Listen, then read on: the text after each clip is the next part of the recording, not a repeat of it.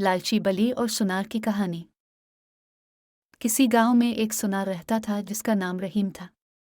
रहीम एक मेहनती और ईमानदार इंसान था और लोग उसके बनाए हुए ज़ेवरात को बहुत पसंद करते थे। इसके घर के बाहर एक दरख्त था जिस पर एक बली रहती थी। इस बली का नाम मेनू था और वो बहुत लालची थी। एक दिन रहीम ने अपने घर में सोने की एक खूबसूरत चीन बनाई। मेनू ने चीन देखी और उसकी चमक दमक से मुतासिर हो गई।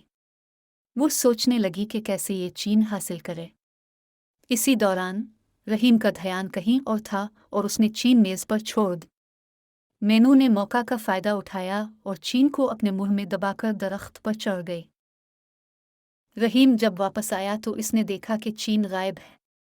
उसने सारा घर छान मारा लेकिन चीन न मिली। अचानक इसकी नज़र मेनू पर पड़ी जो दरख्त पर बैठी हुई थी और उसके मुंह में चीन दबी हुई थी।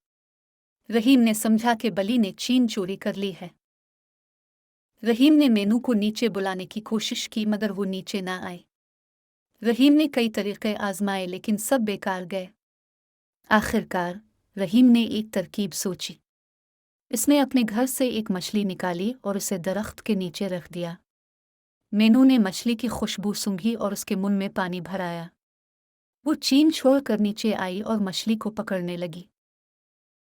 रहीम ने फौरन चीन उठा ली और मेनू को डांटा कि लालची बली, तुम्हारी लालच ने तुम्हें मुश्किल में डाल दिया। मेनू शर्मिंदा हो गई और उसने आइंदा कभी किसी चीज़ को चोरी न करने का वादा किया।